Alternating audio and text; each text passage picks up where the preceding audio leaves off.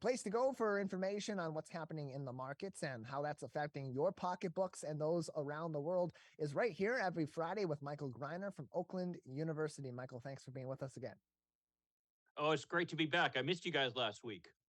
Yeah, we missed having our weekly discussion, a brief hiatus for the break, but the economy and the world did not take a break in the markets over that past week. Plenty going on now that's affecting both our economy here in Michigan and in the U.S. and the economies all across the world. Let's begin with what's happening here domestically. A big story of late this week has been Congress stepping in to mediate a situation between railroad unions and their workers to avoid a strike. And this is not a new story. We've heard rumblings about this in the past. Just a few months ago, there was also another near miss situation with a strike on the rails. And in this case, another tough situation to navigate that could potentially have significant impacts on the U.S. economy. Yeah, I think we actually talked about this back when the deals were first negotiated. And it was a real victory, I think, for the White House and for the administration that they were able to step in and without imposing a deal upon the unions and the railroads, that they were able to negotiate a deal which everybody had accepted. The problem is, though, that when those deals were taken to the actual railroad employees to ratify the agreements, well, there are 12 unions of railroad employees. And as it turns out, 8 of them ratified it. 4 of them did not. The ones that did not, it was actually kind of a close vote, generally speaking. But the bottom line is, it appears that most of the employees had ratified it, but all the unions agreed that if any union strikes, all of them would strike. So basically, it created this situation where even though the union leadership had accepted the deal, most of the unions had accepted the deal, it appeared most of the employees had accepted the deal. Unfortunately, it appeared that we were going to have a strike with the railroads anyway. So despite the fact that the president has kind of positioned himself as being a pro-labor leader, and Congress, of course, is controlled right now, at least for a short time longer, in both houses by Democrats, who tend to be more pro-labor than Republicans, they felt the need to step in and stop the strike from happening. Now, interestingly enough, although there has been some griping on the part of the unions about it, generally speaking, that complaining has been relatively limited because of the fact, I think, that the labor unions tend to understand that the administration helps them get just about the best deal that they could under the circumstances. Now, the behavior of the railroads, frankly, is pretty questionable. I mean, part of the reason that this became an issue at all was because of the fact that the railroads have tried to increase their profits by decreasing the number of employees they have.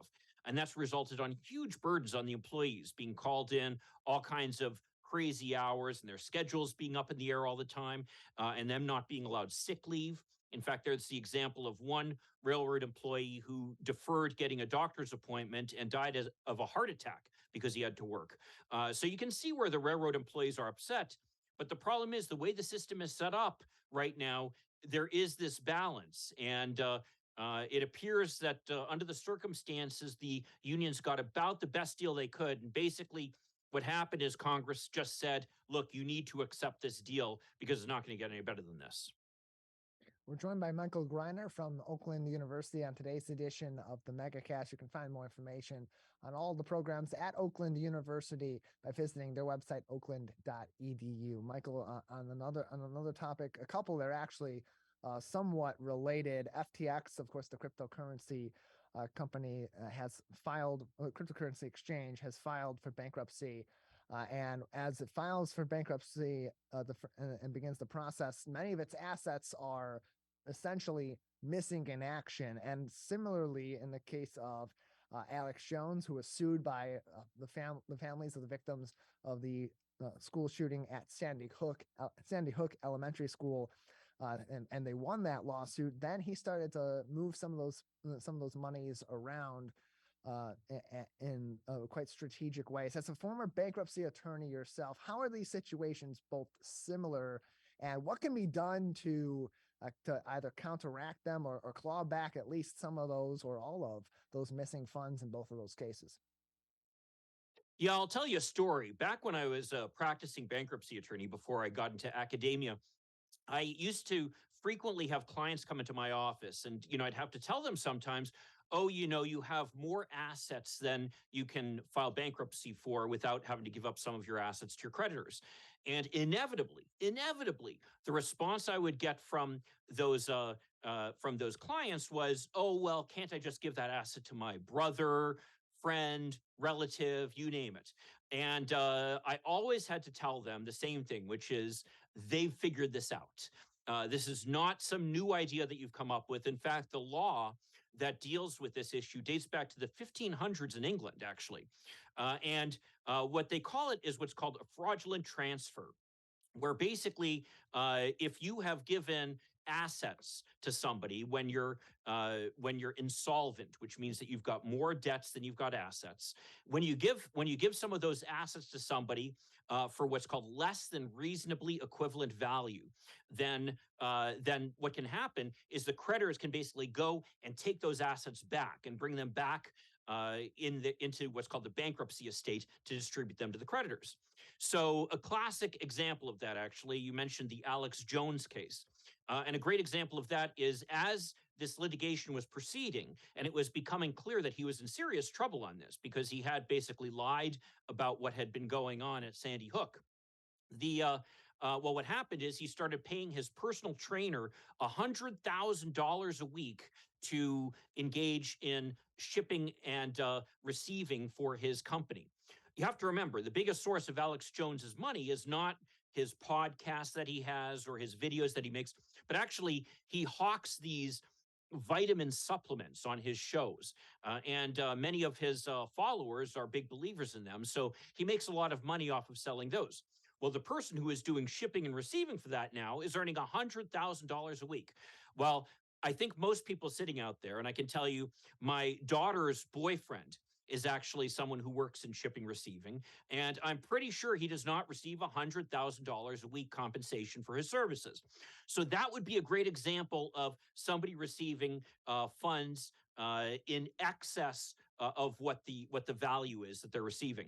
So that would be the type of thing that the creditors would be able to go and say to this shipping receiving / personal fitness guru, to say, hey, you need to pay back those funds that were given to you, as much as over the last 6 years, you'll have to give them back to us so that they can be given to the creditors who deserve to have this money. And the creditors in this case, of course, would be the Sandy Hook families who were essentially lied about and who won these lawsuits. And it's the same thing, by the way, that we're starting to see with Sam Bankman-Fried with the FTX case. Well, we talked about FTX, I think, last time we were together, and how crypto is basically falling apart.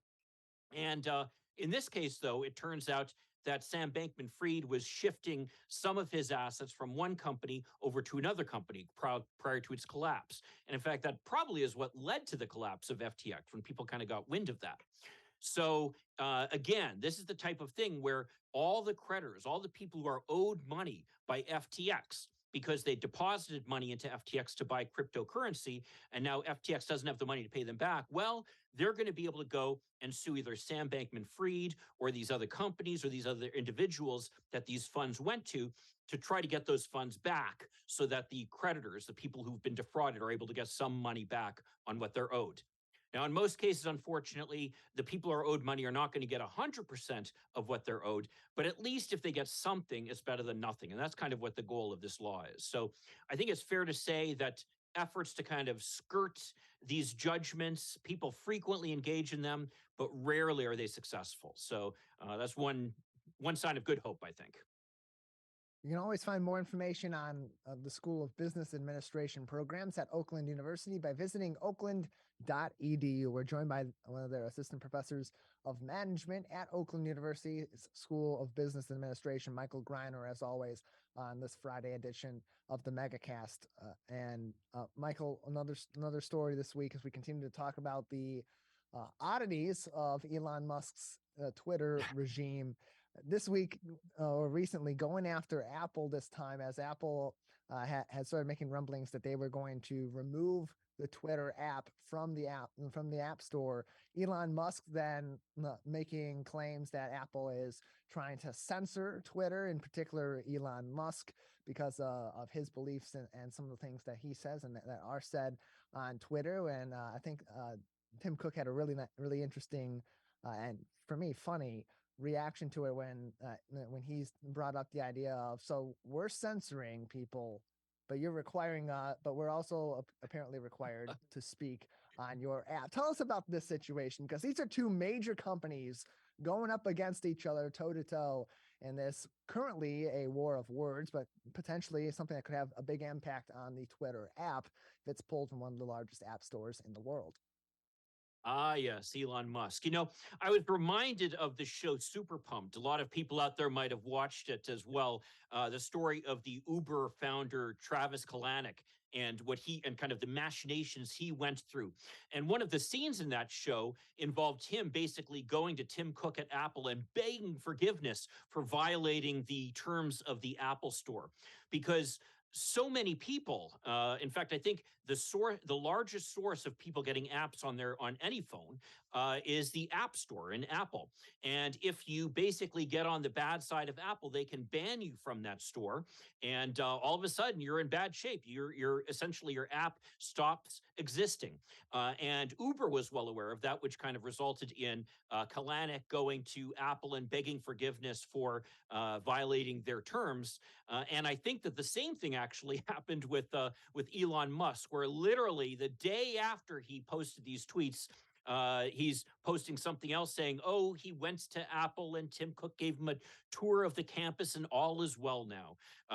So I think it just shows, though, that Elon, frankly, is doing a little bit of flailing. And that's really what's going on here. And the problem is, as we've talked about before, that when he took over Twitter, he borrowed most of the money that he used to buy the company, because despite the fact that he's the richest person in the world, he doesn't have a lot of cash on hand. Most of his wealth is tied up in investments in various companies.